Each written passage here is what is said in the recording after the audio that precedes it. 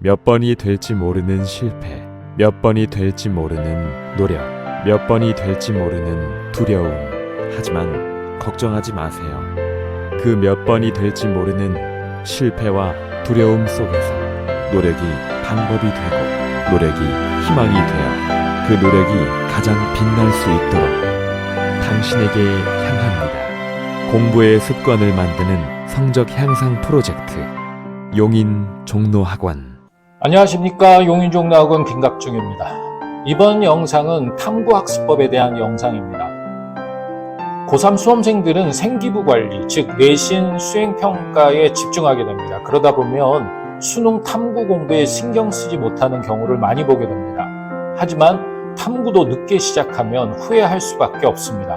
6월 모평 전에는 개념 학습이 선행되어야 하고 6월 모평 이후부터는 응용력을 기르는 공부를, 그리고 9월 모평부터는 실전 감각을 기르는 공부를 적절한 시기에 실행에 옮겨야 합니다. 사실상 기본적인 학습력이 뒷받침되지 않으면 탐구도 어렵습니다. 탐구 학습력의 첫째는 탐구 과목에 대한 기본 개념을 갖춰야 합니다. 그것이 기본입니다.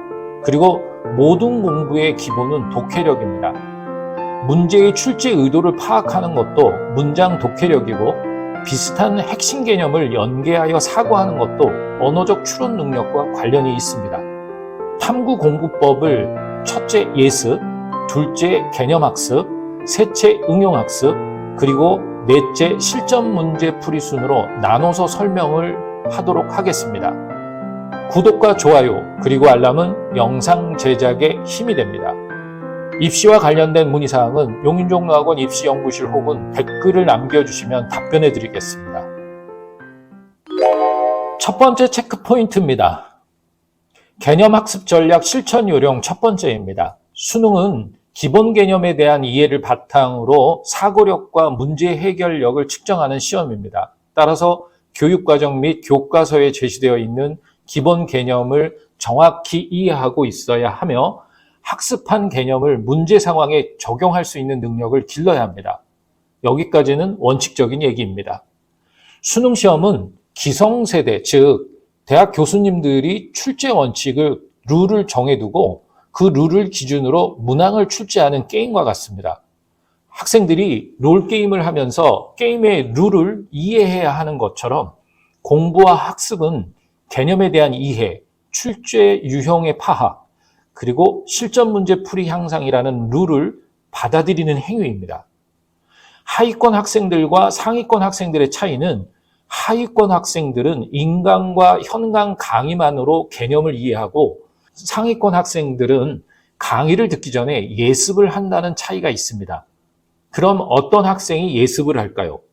제 경험으로는 목표와 동기가 분명한 학생들이 예습을 합니다. 이렇게 말씀드리면 이 또한 원론적인 얘기입니다. 쉬운 비유를 들겠습니다. 우리는 여행을 가기 전 사전 정보를 조사합니다. 낯선 곳에서 헤매지 않기 위해 미리 지도를 살펴보고 날씨도 체크합니다. 그리고 여행지의 맛집, 구경거리 등 인터넷 검색을 하고 유튜브를 찾아봅니다. 마찬가지로 공부도 여행과 같습니다. 강의를 듣기 전에 교재를 미리 살펴보고 낯선 내용이 무엇이고 알고 있는 내용은 무엇인지 탐색이 필요합니다. 즉, 내가 아는 건 무엇이고 내가 모르는 건 무엇인지 구별하는 작업입니다. 미리 궁금한 내용을 탐색하는 작업이 예습입니다. 직설적으로 말씀드리면 탐구 과목에 대한 관심과 흥미를 스스로 강제하는 노력이 필요합니다. 그러면 예습을 하게 됩니다. 학생들의 개인차가 있기는 하지만 최소한의 예습만 언급하겠습니다. 우선 수업 10분 전에 배울 단원의 목차와 내용을 차분하게 읽어보십시오. 교재에 나오는 대제목, 소제목 혹은 굵은 글씨들이 핵심 개념일 가능성이 높습니다. 그리고 그 굵은 글씨와 관련된 핵심 내용이 어떤 문장인지 연필로 밑줄만 쳐도 수업에 도움이 됩니다. 만약 하루 전에 예습을 할 경우 수업 진도와 관련된 내용을 독해하듯 찬찬히 읽어보는 것도 좋습니다. 교과서를 읽듯 독해하듯 본다는 것은 소제목 아래 문단은 주지와 상술 혹은 주지와 예시 혹은 주지와 부연 등 구조적인 형태로 문단이 구성되어 있습니다. 대체로 주지 문장은 일반적 진술이라고 합니다. 그리고 상술 문장은 구체적 진술이라고도 합니다. 그리고 특히 한자어로 된 낯선 용어들을 사전을 미리 찾아 그 의미를 적어두거나 알아두려는 노력이 필요합니다. 기출문제를 미리 풀어볼 때도 한자어들이 꽤 많이 나옵니다. 예를 들면 물리학 수업을 듣기 전에 관성이라는 한자어를 사전에서 찾아보는 것도 예습입니다. 혹은 생명과학 선생님의 강의를 듣기 전에 물질대사 혹은 동화라는 한자어를 찾아보는 노력이 선행되어야 합니다. 그렇게 예습을 하고 수업에 참여하거나 문제풀이 강의를 들었을 때 이해가 더 잘 됩니다. 인강도 수업입니다. 노베이스라면 최소한의 한자어로 된 단어를 사전에 찾아보는 노력이 필요합니다. 그래야 인강도 도움이 되고 개념 습득이 빨라집니다. 흔히 2개월 또는 3개월의 탐구를 끝내는 학생들은 기본적인 국어 어휘력과 독해력, 추론 능력이 있는 학생들입니다. 만약 국어 등급이 5등급 이하라면 탐구 공부를 할 때 반드시 한자어는 국어사전에서 찾아 예습을 하고 수업을 듣는 것이 장기적으로 도움이 됩니다. 이런 학생들은 개념 학습만 5개월 정도 소요될 수 있습니다. 두 번째 체크 포인트입니다. 개념서 또는 노트를 통해 단권화 작업을 진행해야 합니다. 복습을 위해 필요한 작업입니다. 강의 시간에 강사는 교육과정에 제시된 주요 개념을 이해시키기 위해 일상생활이나 자연 환경에서 일어나는 현상을 사회 개념이나 과학 개념에 대입해서 설명합니다. 왜냐하면 그래야 학생들이 잘 이해할 수 있다고 생각하기 때문입니다. 즉 사례나 예시를 자주 사용합니다. 그러나 대부분의 학생들은 수업 시간에 머리만 끄덕일 뿐 필기를 하지 않는 경우가 많습니다. 인강을 들을 때도 인강 강사가 제공하는 프린트와 개념서만 보고 있을 뿐 무엇을 필기해야 하는지 모르는 경우가 많습니다. 현강을 듣거나 인강을 들을 때 수업을 수동적으로 듣는 행위는 진정한 인풋 과정이 아닙니다. 제목과 굵은 글씨, 그리고 교재 내용 중에서 강사가 1차적으로 강조하고 2차적으로 강조하는 내용을 구별하면서 수업을 들어야 합니다. 그리고 개념과 개념들의 위계 질서를 생각하면서 강의를 듣고 필기를 해야 합니다. 개념의 위계라는 말은 다른 말로는 개념 간의 관계라는 말과 유사합니다. 눈과 귀를 통해 문자, 도표, 이미지 등을 받아들이는 행위는 해독입니다. 그리고 그 개념들의 위계 질서를 생각하면서 강의를 듣는 행위가 진정한 인풋입니다. 개념 공부를 할 때 위계 관계를 이해하는 것이 핵심입니다. 주요 개념들 간의 관계는 첫째, 상하관계, 둘째, 대등관계, 셋째, 선후관계, 넷째, 인과관계, 다섯째, 상호관계, 여섯째, 모순관계 등이 있습니다. 그리고 강사가 강조하는 도표나 그래프에 중요 표시를 해야 합니다. 그리고 나서 핵심 개념과 부수적 개념을 이해하고 그 위계관계를 생각하면서 자기만의 문장으로 표현하는 것도 좋은 방법입니다. 사실 이런 개념 공부 방식은 독해 방식과 유사합니다. 그리고 진정한 인풋은 수업 시간에 이해된 개념 간의 위계 질서를 손에 필기도구를 들고 개념서 여백이나 포스트잇 혹은 노트를 활용해 이해된 내용을 자기만의 방식으로 표현하는 겁니다. 그리고 교재에 나온 내용과 강사의 설명 내용이 다를 수가 있습니다. 그럴 때 두 내용을 비교하면서 판단한 내용을 노트에 정리해둬야 합니다. 모든 내용을 다 받아 적으라는 뜻은 아닙니다. 그것이 교재여도 좋고 노트여도 좋습니다. 스스로 필요할 때 볼 수 있도록 개념 단권화 작업이 꼭 필요합니다.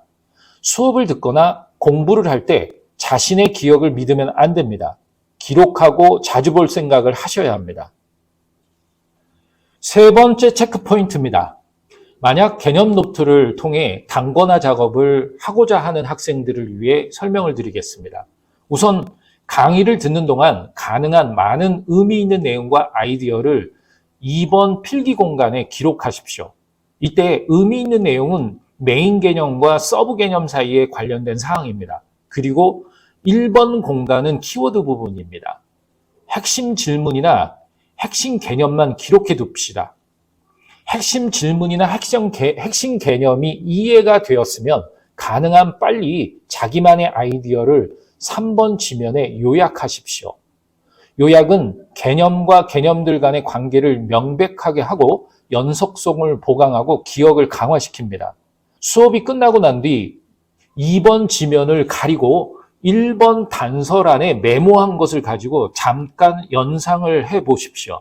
그리고 말을 해 보십시오.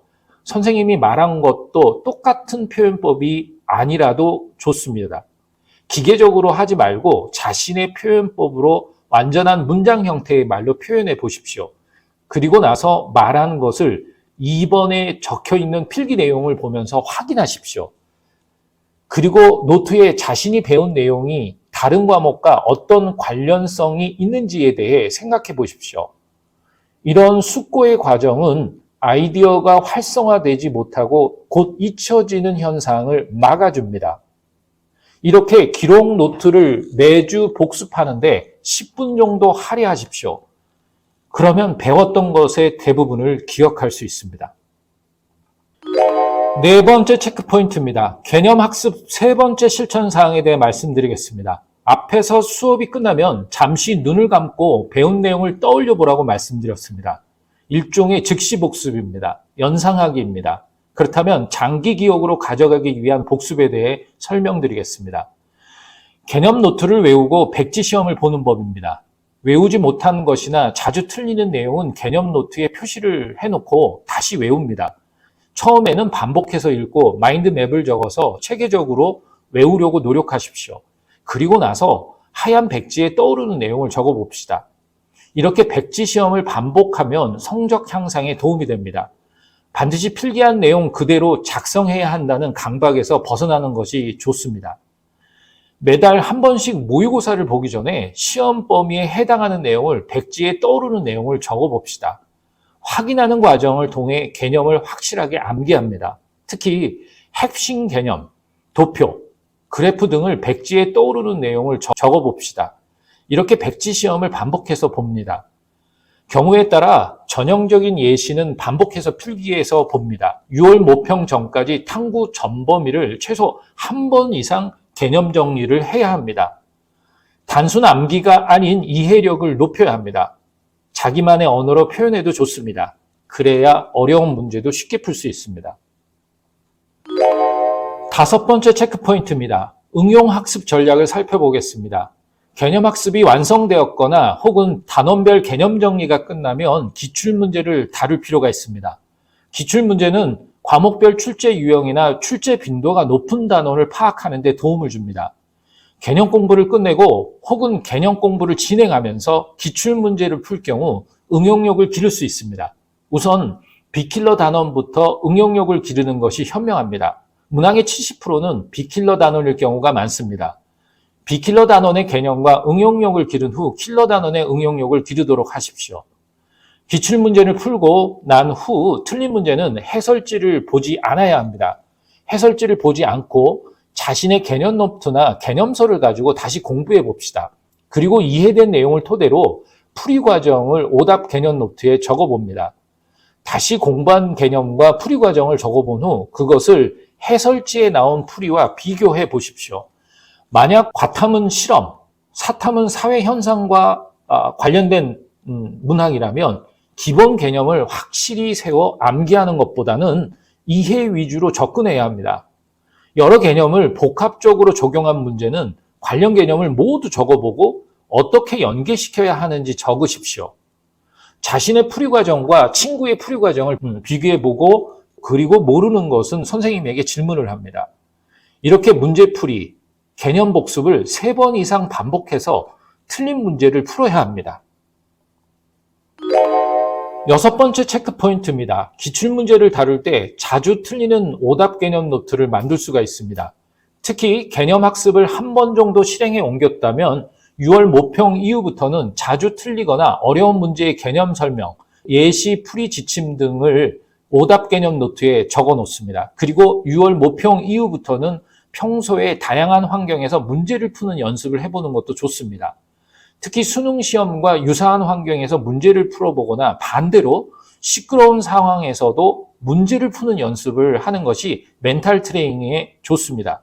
문제 풀이 후 약간이라도 부족하다 싶은 개념, 그리고 사용된 개념이 명확히 떠오르지 않는다면 개념서로 돌아가 빠르게 복습 후 오답 개념 노트에 기록합니다.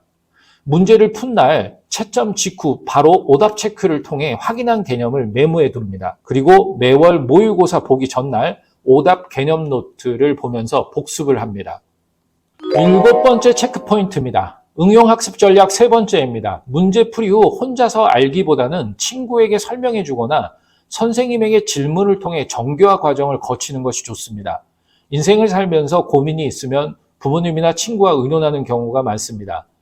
고민을 털어놓고 이야기하다 보면 혼동스러운 머릿속이 정돈되는 경우가 있습니다. 마찬가지로 공부한 내용을 친구나 선생님과 의논하는 것이 공부에서 매우 중요합니다. 고등학교 시절 수행평가는 크게 2가지가 있습니다. 종이나 원고지에 작성해서 제출하는 리포트 형식, 그룹 단위로 자료조사와 리포트 작성 후 PPT를 만들어서 발표하는 발표 형식이 있습니다.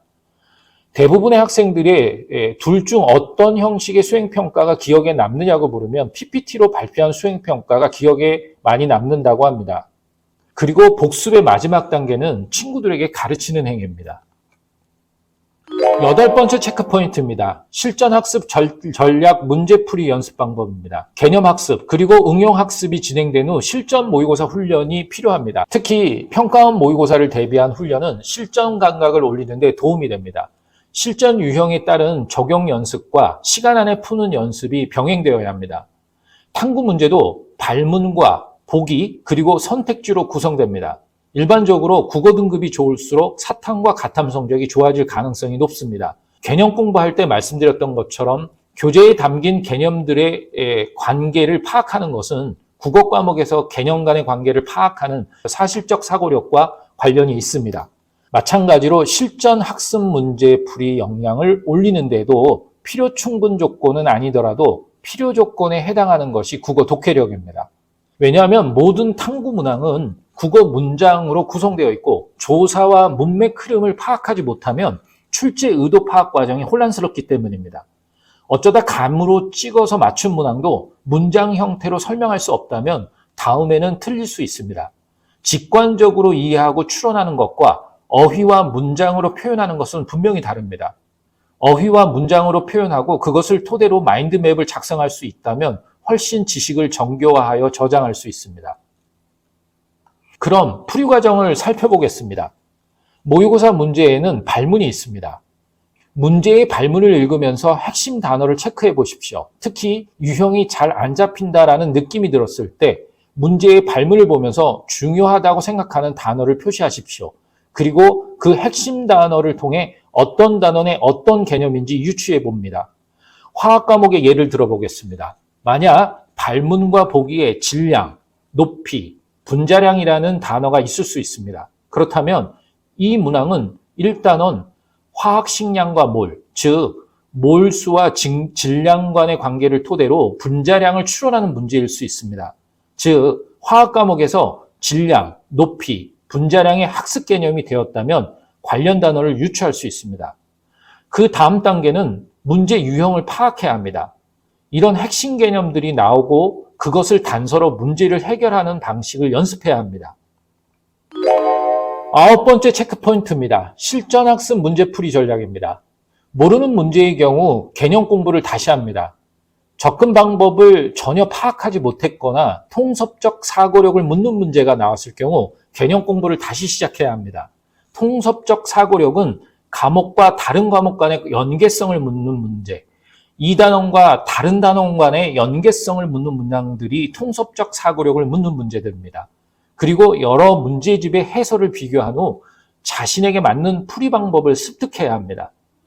꼼꼼하게 선지의 오답을 분석한 후 출제자가 어떤 식으로 오답을 유도하려 했는지 의도까지 파악합니다. 오답 선택지를 정답으로 바꾸는 과정을 통해 변형된 문제까지 풀 수 있는 능력을 키웁니다.